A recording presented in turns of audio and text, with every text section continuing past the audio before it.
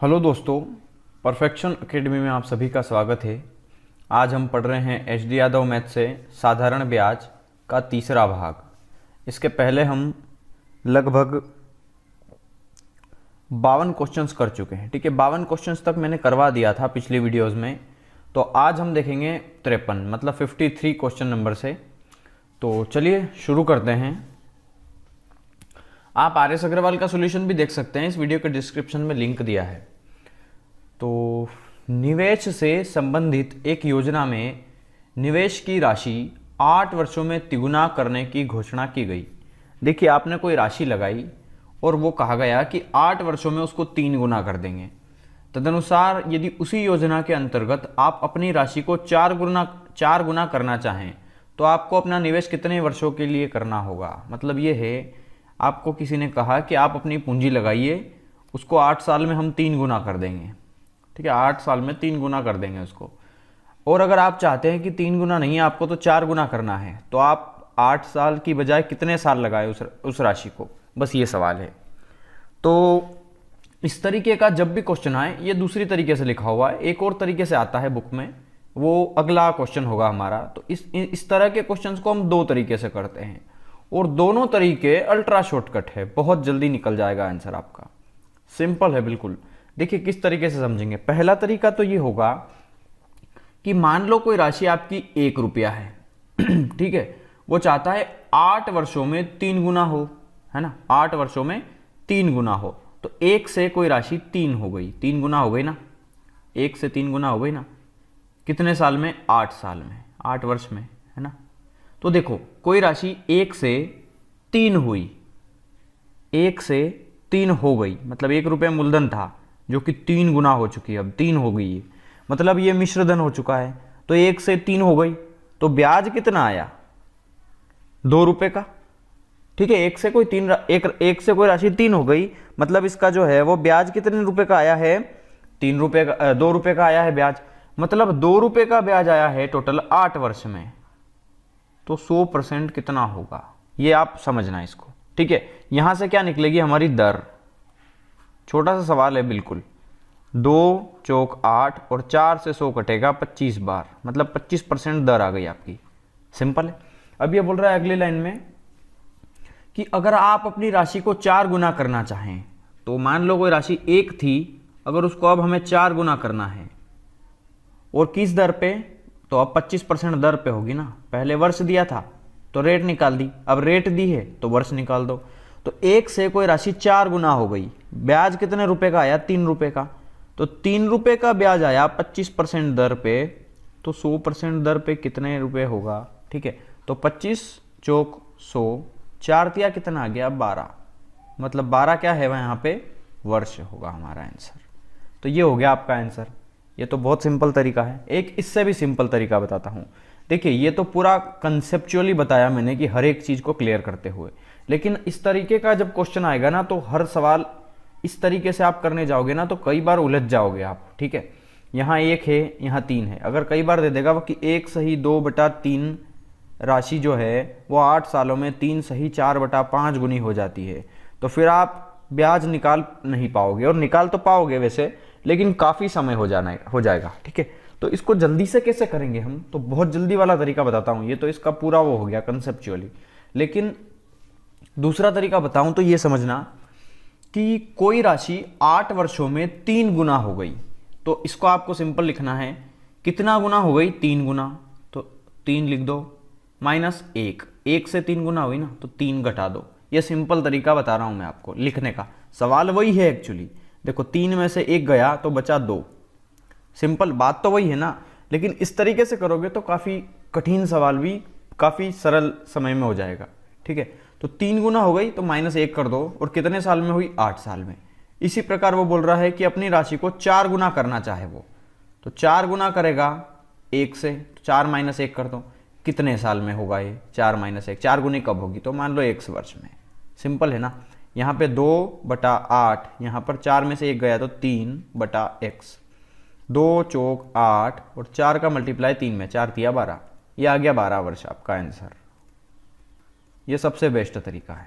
ठीक है, मैं तरीका यही फॉलो करता हूं और आपको भी मैं इसी तरीके को फॉलो करने की सलाह दूंगा। ठीक है, ये तरीका आपको कॉन्सेप्चुअली आना चाहिए। कई बार रेट पूछ लेगा, दर बताइए, है ना, तो भी आप इस तरीके से कर पाएंगे, लेकिन ये आपको पता होना चाहिए इस तरीके से। कुछ सवाल तो इससे काफ़ी जल्दी होंगे और कुछ सवाल इससे, लेकिन ये दोनों तरीके आपको आना चाहिए। चलिए अगला सवाल देखते हैं।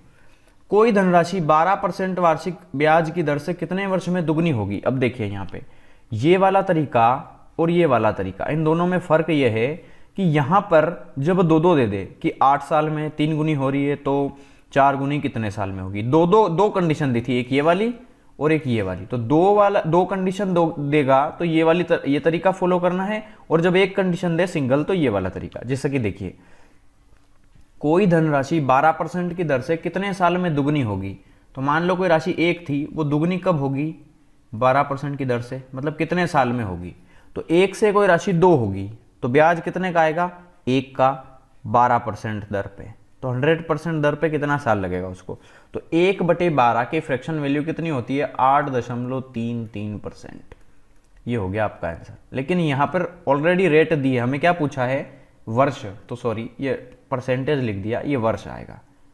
8 साल, और इसको आप लिख सकते हैं 8 वर्ष, और 0.33 को लिख सकते हो 1/3 माह या 1/3 वर्ष, है ना। तो इसको आप जब सोल्व करेंगे तो 12 महीने होता है ना, 3 चौक 12, तो 8 वर्ष 4 माह, ये सिंपल इसका आंसर होगा। ठीक है।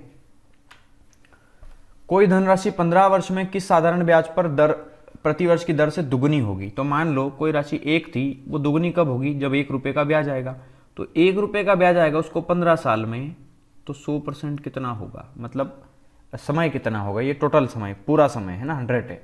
तो 5 से 5 दिया 15, 5 दूना 10, 0, 20/3 को सोल्व करोगे तो 6 सही 2/3 वर्ष। ठीक है, मतलब इसको और भी देखिए यहां पर क्या पूछा है कि किस दर पर, है ना, किस साधारण ब्याज की दर पर। हाँ, दर पूछा है तो यहाँ वर्ष नहीं है, ये दर है। जो पूछा जाए ना ये वही होगा डेफिनेटली, है ना। देखो यहाँ पे क्या है, 15 वर्ष दिया है ना, तो रेट निकलेगी, और अगर दर दे देगा तो समय निकलेगा। बस ये चीज आपको क्लियर होना चाहिए। अरे आप तो सोल्व कर देना, जो आएगा वो आंसर होगा हमारा। ठीक है, कंफ्यूज मत होना इसमें। एक बैंक एक निवेशक को साधारण ब्याज की दर पे 5 वर्षों में मूल निवेश से दुगनी राशि देता है। 1 से कोई दुगनी राशि देता है तो ब्याज कितने रुपए का आता है? 1 रुपये का। 5 वर्षों में तो पूरा ब्याज कितने रुपए का होगा? तो 5 दूना 10, ये 20%। समय दिया है ना 5 वर्ष का, तो आंसर जो आएगा वो रेट में आएगा, दर आएगी ना। समय दिया हो तो दर आंसर होगा, और दर दिया हो तो समय आंसर होगा। बस सिंपल है। चलिए एक ये सवाल और कर लेते हैं, इसके बाद 2-3 सवाल और हैं जिनको हम छोड़ देंगे क्योंकि एक जैसे हैं। साधारण ब्याज की किस दर पर? अब देखो दर निकालना है तो समय दे दिया, सिंपल है ना। तो कोई राशि 8 साल में स्वयं की दुगनी होगी, तो कोई राशि 1 से दुगनी हो गई, तो ब्याज कितने रुपए का आया? 1 रुपये का। 8 साल में तो 100% कितना होगा? 1/8। फ्रैक्शन वैल्यू किसकी होती है? 12.5 की, तो 12.5% दर हो गया आपका आंसर। ठीक है, 58 आप कर लेंगे। 25 साल में 3 गुनी हो रही है, तो 3 गुनी हो रही है 1 से, तो ब्याज 2 रुपये आ रहा है ना, तो 2 रुपये का ब्याज आ रहा है 25 पे, तो 100 कितना होगा? 25 चौक 100, 4 दूना कितना आ गया? 8%। इस तरीके से सारे सवाल होते जाएंगे। 25% की दर से 3 गुना हो रहा है, तो 2 रुपये का ब्याज आया 25% पे, तो 100% कितना होगा? सिंपल है ना, 25 चौक 100, 4 दूना 8, ये भी 8%। अच्छा, वर्ष पूछा है ना यहाँ पे, तो वर्ष होगा। यहां देखना, कोई धनराशि 10 वर्ष में अपने की दुगनी हो गई, तो वह अपने की 3 गुनी कितने साल में होगी? तो देखो 10 वर्ष में वो दुगनी हो गई, तो कोई 1 से दुगनी हुई, तो ये ऐसे लिख लो, दुगनी हुई तो -1 घटा दो उसमें से। और ये बोल रहा है तिगुनी कितने साल में होगी, तो पता नहीं कितने साल में वो तिगुनी होगी, तो 3 - 1 करना है बस, जो जितने गुना हो उसमें से, सिंपल है ना। तो ये हो गया 1/10, यहाँ हो गया 2/x, तो 10 दूना कितना आ गया? 20। ये हो गया आपका आंसर 20 वर्ष में। सिंपल तरीका है। निश्चित साधारण ब्याज की दर से 7 वर्ष में दुगनी होती है, तो दुगनी होगी तो 2 - 1, और कितने? 7 वर्ष में। ये बोल रहा है कितने वर्ष में 5 गुनी होगी, तो मान लो x वर्ष में 5 गुनी होगी, तो 5 - 1। ये हर बार लिखना है, कन्फ्यूजन नहीं होना है, क्योंकि कई बार सवाल ऐसा देगा कि 7 वर्ष में वो 2 सही 3/5 गुनी हो जाती है, तो फिर 1 से 2/5 इतना गुना हो गया तो फिर प्रॉब्लम आ जाएगी। इसलिए में जो बता रहा हूँ सिंपल, कि इस तरीके से लिख लेंगे तो सिंपल होगा। तो 1/7 बराबर 4/x, तो 7 चौक कितना हो गया 28, और x बन जाए x बराबर कितना आ गया 28, मतलब 28 वर्ष में ये जो राशि है वो उसकी 5 गुनी होगी। चलिए ये भी सिंपल है, आप कर लेंगे। देखिए 7 वर्ष में वो दुगनी होगी तो 2 - 1, कितने साल में वो 4 गुनी होगी तो 4 - 1, 1/7 बराबर 3/x, तो 7 या कितना आ गया 21। आप देख कर ही आंसर लगा देंगे अब तो आई थिंक, ठीक है, सिंपल है ना। कोई धनराशि 20 साल में दुगनी होती है, कितने साल में 4 गुनी होगी, दुगनी हो रही है 2 - 1 20 साल में, तो 4 गुनी 4 - 1 कितने साल में होगी, सिंपल 1/20 बराबर 3/x, 20 या 60, ये आंसर हो गया आपका। चलिए क्वेश्चन नंबर 64, अब कुछ नया पैटर्न आया है, तो क्वेश्चन नंबर 64 को मैं जरूर बताऊंगा आपको। ये बोल रहा है यदि रुपए x पर a% की दर से m वर्षों के लिए साधारण ब्याज उतना ही है जितना रुपए y पर a² % की दर से m² वर्षों के लिए, तो x अनुपात y की वैल्यू क्या होगी। ठीक है, तो यहां पे देखना x रुपए पर a% की दर से m वर्षों के लिए साधारण ब्याज उतना ही होगा। तो यहां देखो मूलधन कितना है x रुपए का, दर कितनी है a%, तो परसेंट है तो बटे में आ जाएगा 100, और m वर्ष दिया है, तो इसका जो ब्याज है वो उतना ही होगा जितना कि y रुपए पर a² % मतलब है बटे में 100 गुना m² वर्षों के लिए होगा, है ना, सिंपल है ना। तो बस कैलकुलेट कर लो इसको, देखो 100 से 100 कैंसिल हो गया, a से a कैंसिल हो गया, m से m कैंसिल हो गया, तो ये क्या बचा x और ये बचा y, तो x/y इक्वल्स टू वहाँ पे क्या बचा a m, और बटे में कुछ नहीं है तो 1 मान लो। तो ये पूछ रहा है x अनुपात y किसके बराबर है, तो x अनुपात y बराबर होगा am अनुपात 1 के। ठीक है, तो ये हो गया आपका आंसर, सिंपल। चलिए क्वेश्चन नंबर 65 देखते हैं। एक व्यक्ति 3 भिन्न स्कीमों में 6 वर्ष, 10 वर्ष और 12 वर्ष के लिए क्रमशः 10%, 12% और 15% की दर से साधारण ब्याज का धन निवेश करता है। मतलब जो है वो इतने वर्ष के लिए इतनी दर पे कोई धन निवेश करता है, सिंपल। ठीक है, तो प्रत्येक पूरी स्कीम के पूरा होने के लिए उसे कितनी उतनी ही राशि मिलती है, उसे निवेश का अनुपात क्या है। देखिए ये इतने साल के लिए इस % पर कोई पैसा लगाता है, और इतने साल के लिए इस % पर, और इतने साल के लिए इस % पर, और जो उसको पैसा मिला है ना वो उतनी ही राशि मिलती है, प्रत्येक स्कीम में पूरा करने पर उसे उतनी ही राशि मिलती है। मतलब सेम राशि मिल रही है उसको हर जगह। जब सेम राशि हो तो उसका निवेश का अनुपात सिंपल होगा, उसका निवेश का जो अनुपात होगा वो इस तरीके से होगा, समझना। यहाँ पे देखो हर साल दर है 10%, तो 6 साल की टोटल दर कितनी हो गई 60%। ठीक है, 60% हो गई उसकी दर। यहाँ पर है 1 साल की दर 12%, तो 10 साल की दर 120%, और 1 साल की दर है 15%, तो 12 साल की दर कितनी होगी टोटल 15 और 12 180। ठीक है, 180 होगा ये, सिंपल। अब यहां देखना एक्चुअली ये मूलधन का इतना % है ना, मूलधन का इतना % है हमारा ब्याज। ओके, तो ये बोल रहा है उसके निवेश का अनुपात क्या होगा, उसने कितना पैसा निवेश किया। तो मूलधन का 60% पैसा निवेश किया उसने, है ना, मूलधन का 60% पैसा निवेश किया, तो 100% कितना होगा। एज इट इज यहां देखना, एक मूलधन का मान लो मूलधन 1 है, उसका 120% निवेश किया तो 100% कितना होगा। एज इट इज यहां देखना कि मूलधन का 180% निवेश कर दिया, तो उसका ओरिजिनल पैसा क्या होगा, उसका निवेश का अनुपात क्या होगा। तो देखिए यहाँ 100 से 100 कट गया, 0 से 0 कट गया। ठीक है, 6 से काट दो, 6 कम 6, 6 दूना 12, 6 तिया 18, मतलब बचा 1/1 अनुपात 1/2 अनुपात 1/3। 3 और 2 और 1, इन नीचे वाले नंबर का एलसीएम लोगे तो 6 आएगा, तो 6 का ऊपर मल्टीप्लाई कर दो तो सब जगह आ गया 6। तो ये 1 में 6 का भाग दोगे तो 6 बचा, 6 में 2 का भाग दिया तो 3 बचा, 6 में 3 का भाग दिया तो 2 बचा, मतलब 6:3:2। इस राशि में उसने अपना पैसा लगाया। यहाँ फिर आप एक और तरीके से इसको कर सकते थे, इस तरीके से देखो, ये तो मैंने परसेंटेज में कर दिया, जो कंसेप्ट जानता है वो समझ गया होगा। या फिर दूसरे तरीके से आप इसके फार्मूले पे भी वैल्यू रख सकते हो कि पहला मूलधन मान लिया ए रुपए है, तो उसका 60% पैसा लगाया तो उतनी ही राशि मिली जितने की बी वाले ने लगाया, कितने 120% पर। तीसरे वाले ने लगाया सी पर 180% पर, तो भी उसको उतनी ही राशि मिली। 100 से 100 कट गया, 60 से काट दो, 60 एकम 60, 60 दूना 120, 60 दिया 180। मतलब यहाँ बचा a बराबर 2b बराबर 3c। 3 और 2 की वैल्यू 3 और 2 का एलसीएम कितना आ गया 6, मतलब 6 से मैंने सब में डिवाइड कर दिया, सिंपल। तो a की वैल्यू कितनी आ गई 6, b की वैल्यू कितनी आ गई 3 और c की वैल्यू कितनी आ गई 2। मतलब a 6:3:2। आप इस तरीके से भी इसको सोल्व कर सकते थे। तो दोनों तरीके जो आपको ठीक लगे आप उस पर फॉलो करें। चलिए क्वेश्चन नंबर 66 देखते हैं। क्वेश्चन नंबर 66 क्या बोल रहा है कि 12,000 रुपए की राशि 2 भागों में इस प्रकार बांटा गया है कि पहले भाग का 3 वर्षों का 12%। देखो पहला भाग है कोई ए, उसका 3 वर्षों के लिए 12%, मतलब हर साल वार्षिक परसेंट। देखो ये दर जो है वो वार्षिक है, तो 1 साल की दर 12%, तो 3 साल की दर 12 या 36%। ठीक है, 36% ये भाग। और दूसरे भाग मतलब बी का 4 सही 1/2, 4.5 है ना ये, 4.5%, 4.5 वर्षों का 16%, तो 16 का मल्टीप्लाई कर लो 4.5 में, और 4.5 को क्या लिख सकते हैं 4 दूना 8 और 1 9/2 इस परसेंट।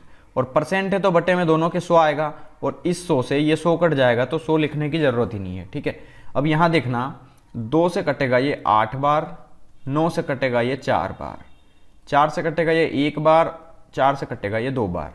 मतलब a बराबर कितना आ गया 2b। तो ये बोल रहा है कि पहले भाग और दूसरे भाग का जो परस्पर अनुपात है वो कितना है। तो यहाँ a है, उस b को ले आओ बटे में, तो यहाँ कितना बचा 2 तो था और बटे में कुछ नहीं है तो 1 मान लो। मतलब पहले भाग और दूसरे भाग का अनुपात 2:1 है। तो ये हो गया आपका आंसर। यहाँ 12,000 का कोई यूज नहीं है। ठीक है, तो इसमें कंफ्यूज ना हो। पूछा हमसे था रेशो, तो रेशो हमने निकाल दिया है। यहाँ बोल रहा है पार्थ एक निवेश पर 15% का लाभ अर्जित करता है, जबकि एक अन्य निवेश पर उसे 10% की हानि होती है।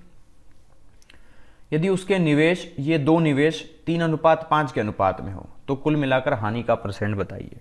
देखिए उसने 2 निवेश किया, एक किया है 3 और एक किया है 5 के अनुपात में। ठीक है 3:5 के अनुपात में उसने कोई निवेश किया है।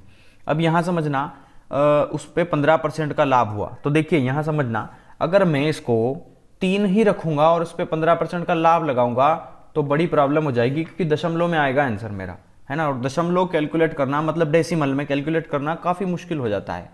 तो आप इसको 30 और 50 मान लो, या फिर आप चाहो तो 300 और 500 मान लो, या फिर आप चाहो तो 3000 5000 मान लो, कोई भी नंबर मान लो, आंसर सेम आता है। ठीक है, मैं इजी करने के लिए इसको 300 मान लेता हूं और 500 मान लेता हूं। आप 30 और 50 से भी कर पाएंगे, लेकिन देखिए 15 या 45 फिर शायद दशमलव बने, इसलिए 300 बेटर रहेगा। जितने ज्यादा जीरो होंगे उतना हमारा आंसर क्लियर आएगा। तो मान लिया पहला निवेश है 300 रुपए का, दूसरा निवेश है 500 रुपए का, है ना। अब यहां देखना पहला निवेश क्या करा उसने कि एक निवेश पर 15% का लाभ मिला उसको, तो पहले पर 15% का लाभ, तो 300 का 15% होगा 45, मतलब 45 रुपए का फायदा। तो 300 की चीज उसने 300 की चीज उसको 345 में पड़ गई, मतलब 45 रुपए का उसको लाभ हो गया। 300 की चीज उसने 345 में बेच दी ना, सिंपल।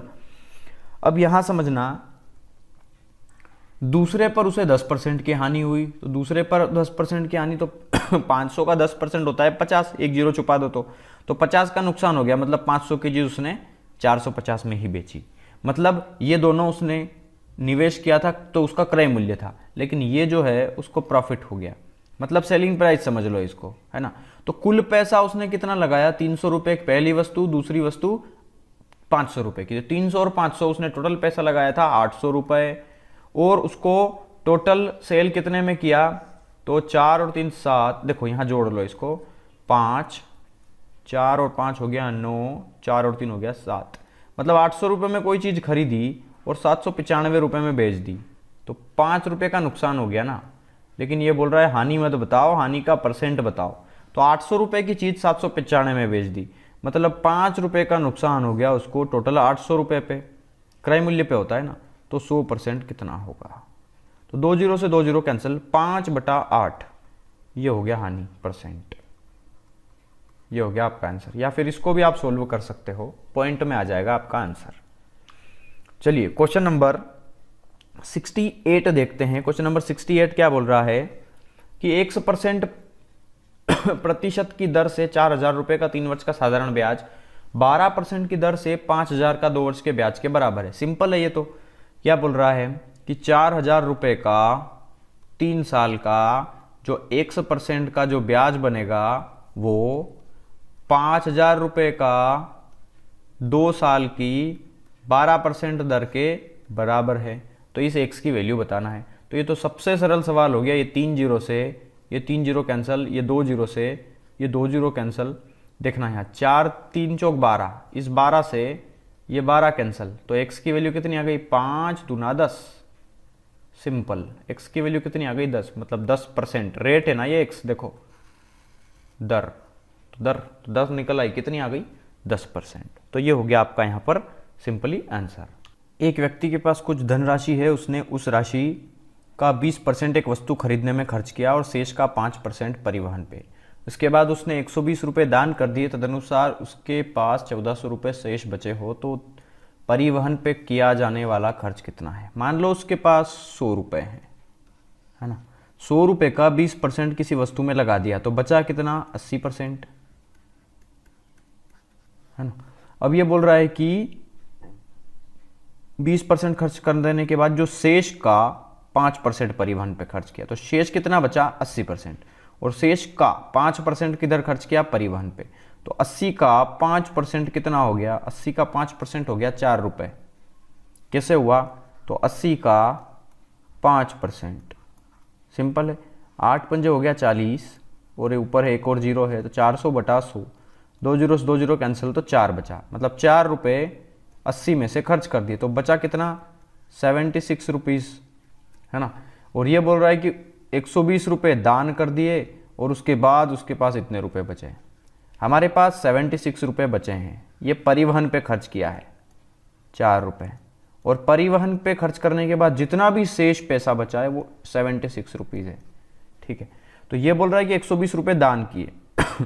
एक्चुअली ये जो वैल्यू है हमारी ये परसेंटेज में है, ठीक है। 80 का 5% हो गया 4, 80 का जो बाकी का परसेंट बचा वो 76, मतलब 80 में से 4% अगर परिवहन पे हो गया तो 80 में से 76% शेष बचा।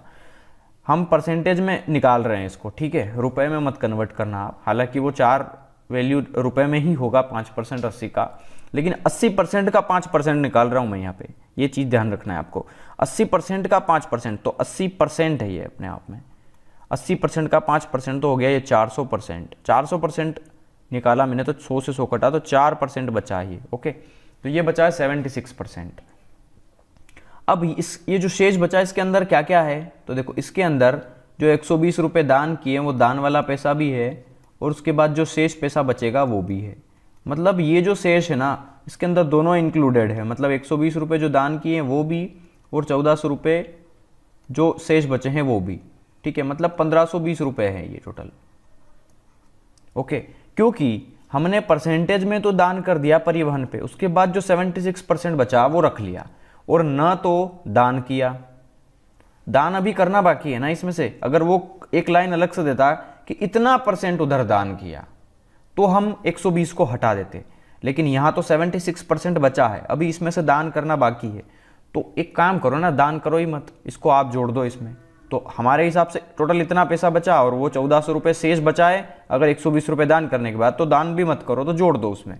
तो 1400 में 120 हो गया, तो 1520 पैसे अभी रुपए पूरे बचे हैं, और हमारे हिसाब से पूरे कितने बचे? 76। मतलब 1520 जो है वो 76 की वैल्यू हो गई। तो हमें क्या चाहिए? उसके द्वारा परिवहन पर किया जाने वाला खर्च कितना है। परिवहन पर खर्च कितना किया उसने? 4%। तो 4% की वैल्यू हमें निकालना है, ओके। तो यहाँ 76 का डबल हो गया 152, और ये 20 आ गया, तो 20 चौक कितना आ गया? 80 रुपये। मतलब 80 रुपये जो है वो उसने परिवहन पे खर्च किए। तो ये हो गया आपका आंसर। चलिए क्वेश्चन नंबर 70 देखते हैं। 70 में क्या बोल रहा है ये? एक व्यक्ति एक बैंक में 15/4% ब्याज की दर पर 5,600 रुपये जमा करता है। इस ब्याज की दर पे कि उसको एक बैंक में जमा करता है, बैंक बोलता है कि मैं आपको इतना % का ब्याज देंगे आप अगर इतने रुपए जमा कर रहे हैं। तो उसके 6 माह बाद वो 3200 रुपये तक के ब्याज के साथ रुपये निकाल लेता है बैंक से, और पुनः 6 महीनों के बाद वह अपनी शेष राशि भी वापस ले लेता है। तो यहां समझना, उसने 6 माह के लिए पैसा लगाया, ये तो पहले कंडीशन क्लियर हो गई ना।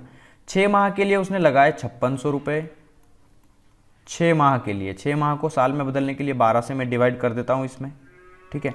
तो यहाँ पे 6 माह के लिए लगाए पैसा उसने इतना, और 15/4% रेट पे, तो 15/4 और परसेंट है तो बटे में आ जाएगा 100, इतना पैसा लगाया।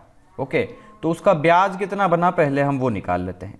तो इसका ब्याज बनेगा, देखो ये 2 0 से 2 0 कैंसिल, 6 दूना 12, 4 दूना 8 हो गया ना ये, तो 8 सती 56, मतलब 15 सती कितना 105 रुपये। जो शुरू के 5600 रुपये लगाए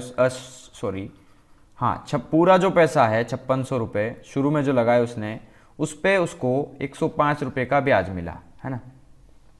अब ये बोल रहा है कि 6 महीने के बाद वो 3200 रुपये तब तक के ब्याज के साथ बैंक से निकाल लेता है। मतलब 5600 में से उसने 3200 रुपये निकाल लिए, है ना।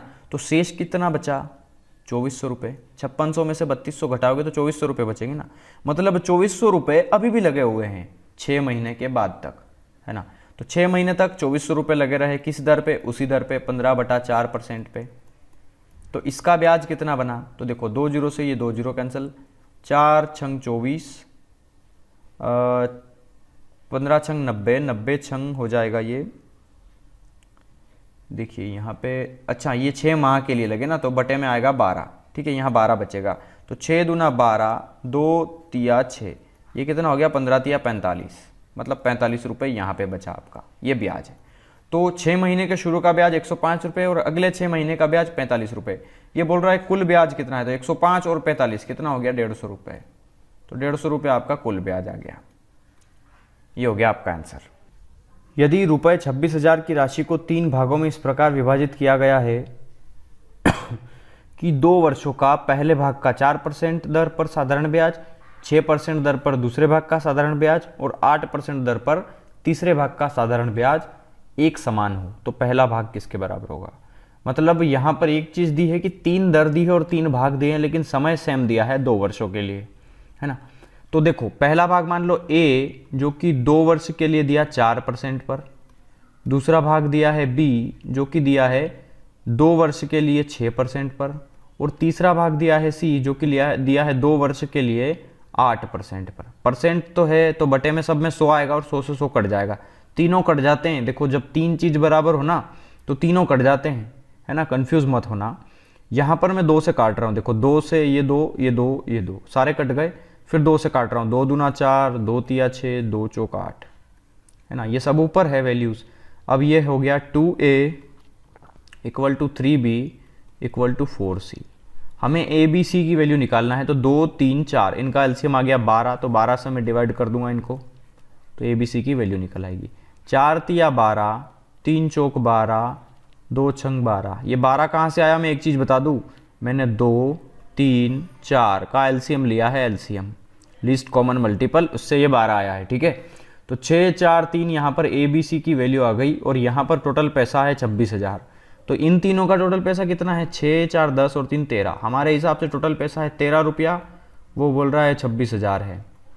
तो एक किसकी वैल्यू होगी 2,000 की, क्योंकि 13 से 2 बार कटेगा ना 26, 13 दूना 26। और हमें चाहिए क्या, पहला वाला भाग। पहला वाला भाग कितना है 6, मतलब हमें 6 की वैल्यू चाहिए। तो 6 दूना कितना हो गया 12,000। तो ये हो गया आपका आंसर 12,000 रुपये, ठीक है। चलिए अगला सवाल है, एक आदमी इतने रुपए का निवेश अपने 3 पुत्रों एबीसी के नाम पे करता है और इतने सालों के लिए करता है, और उन्हें बराबर राशि मिले साधारण ब्याज की दर से 5% के हिसाब से। तो एबीसी के नाम पे निवेश की गई राशियों का अनुपात क्या है। तो ये तो बहुत सरल सवाल हो गया है। देखिए क्या बोल रहा है, सिर्फ राशियों का अनुपात पूछा है। मान लो पहला भाग जो है ए है, ओके, ए ने 5% दर पे 2 साल तक लगाया, तो 5 दूना कितना 10% रेट हो गई ना।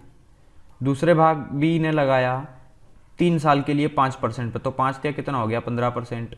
और तीसरे भाग सी है, उसने 4 साल के लिए कोई पैसा लगाया तो साधारण ब्याज की दर 5% थी, तो 4 पंजे कितना आ गया 20%। और बटे में 100 आएगा तीनों के, तो 100 से 100 कट जाएगा, 5 से काट दो, 5 दूना 10, 5 तिया 15, 5 चौक 20, 2 3 4, इनका एलसीएम लेंगे तो कितना आएगा 12, 12 से डिवाइड कर दो आप इनको, तो 4 तिया 12, 3 चौक 12 और 2 छंग 12। मतलब हमें निवेश की गई राशियों का अनुपात पूछा था, जो कि आ चुका है 6:4:3। तो ये हो गया आपका आंसर, सिंपल। अगर वहां पे किसी का भाग पूछता तो हम इसको अलग तरीके से सोल्व करते। यदि किसी धनराशि पर अब से 2 वर्ष बाद का 5% की दर से वास्तविक बटा ₹15 हो तो धनराशि कितनी है। देखो, ये कहने का मतलब ये है कि अब कोई धनराशि है, धनराशि पर अब से 2 साल बाद 5% की दर से जो बटा है वो ₹15 हो तो धनराशि कितनी है। कहने का मतलब ये है, यहाँ पर बटा जो है ना वो इंटरेस्ट को डिफाइन कर रहा है, ब्याज को, है ना। हालांकि बटा मतलब छूट होता है, डिस्काउंट होता है, लेकिन यहां समझना है ये साधारण ब्याज का सवाल है। और यहां पर ये चीज बोल रहा है कि कोई धनराशि है वो 2 साल बाद 5% की दर से इतने रुपए का बटा देती है, तो धनराशि बताओ। तो मान लो, देखो 2 तरीके से कर सकते हैं ना, ₹15 का बटा आया इसके अनुसार से, हमारे हिसाब से 2 साल के लिए 5% दर थी तब जाके इतना बटा हुआ है ये, मतलब 5% 1 साल, तो 2 साल की दर कितनी हो गई 5 दूना 10%, तो 100% कितना होगा, 0 से 0 कैंसिल, 15 धाम ₹150, ये आ गई आपकी प्रिंसिपल। तो ये हो गया आपका आंसर। या फिर आप फार्मूले के हिसाब से देखना चाहें तो ऐसे भी देख लो आप, कोई मान लो कोई धनराशि थी, मूलधन वो हमें निकालना है, तो मान लो P गुना दर है हमारी 5% और समय दिया है 2 साल और बटे में 100 आएगा, ठीक है, बराबर क्या दिया है ब्याज के रूप में यहाँ पर बटा, मतलब ₹15, है ना। तो 5 से काट दो इसको, 5 तिया 15, 2 से कटेगा 100, 50 बार, तो प्रिंसिपल कितना आ गया, ये 50 का क्रॉस मल्टीप्लाई कर दो 3 में, तो 50 तिया 150। आप इस तरीके से फार्मूले से भी कर पाएंगे। और अगर आपका कंसेप्ट परसेंटेज और लाभ हानि देखने के बाद बिल्ट हो गया है तो आप इस तरीके से इस सवाल को सीधा आंसर देख कर ही बता पाएंगे, ठीक है। तो 150 होगा आपका आंसर। एक आदमी ने ₹1,20,000 की राशि छोड़ी है जो 14 वर्ष और 12 वर्ष के उसके 2 पुत्रों के बीच इस प्रकार बांटा जाना है कि प्रत्येक के 18 वर्ष आयु होने पर उनको बराबर राशि मिले। देखो, एक व्यक्ति है जिसके पास ₹1,20,000 है, उसने एक कंडीशन रखी है कि उसके 2 बच्चे हैं, एक 14 साल का है, एक 12 साल का है। उसने ये कहा है कि जब वो 18 साल के हो जाएंगे दोनों, तो उनको बराबर राशि मिलेगी और हर साल उनको जो ब्याज मिलेगा वो 5% प्रतिवर्ष की दर से मिलेगा। तो छोटे पुत्र का हिस्सा कितना है, छोटे पुत्र का हिस्सा पूछा है। तो देखिए यहाँ पर बहुत सिंपल क्वेश्चन है और बहुत जल्दी हो जाएगा। देखिए, मान लो छोटा पुत्र और एक बड़ा पुत्र है ना, तो मान लो पहला बड़ा वाला पुत्र इधर है, छोटा वाला यहाँ है ना। तो देखना, बड़ा वाला पुत्र जो है ये बड़ा वाला, इसको क्या है समझना, बड़े वाले पुत्र को, बड़े वाला 14 साल का है ना, तो 14 साल का है और ये 18 साल का होगा, तो कितने साल बाकी है अभी 14 से 18 होने में, 4 साल बाकी है। तो समझना 4 साल बाकी है और हर साल दर लग रही है 5%, दर 5% है ना, तो 4 पंजे कितना 20%, मतलब 20% का ब्याज मिलेगा उसको 4 साल का टोटल। और मूलधन कितना है 100%, हर सवाल 100% मानते हैं ना हम। तो देखो, बड़े वाले को कितना मिलेगा, मूलधन 100 में ये 4 पंजे 20% जोड़ दो तो कितना 120%। समझ में आ गया होगा आई थिंक सबको ये। और छोटे वाले को देखना, छोटा वाला है अभी 12 साल का, तो 12 से 18 होगा वो, 6 साल बाकी है ना अभी, 6 साल और 6 साल, और हर साल लगता है 5% का ब्याज, तो 5 छंग कितना हो गया 30%। मतलब छोटे वाले को मिला है 6 साल तक टोटल 5% के हिसाब से 30%, और इस 30% का ब्याज है ना, ये ब्याज है, और इसको मिला है 20% का ब्याज। तो 20% का ब्याज इसको मिला, 30% का ब्याज इसको मिला, तो इसका मिश्रधन कितना हुआ, मिश्रधन कितना हुआ, और ये वाला अमाउंट कितना हुआ, तो इसको मिला छोटे वाले को, मतलब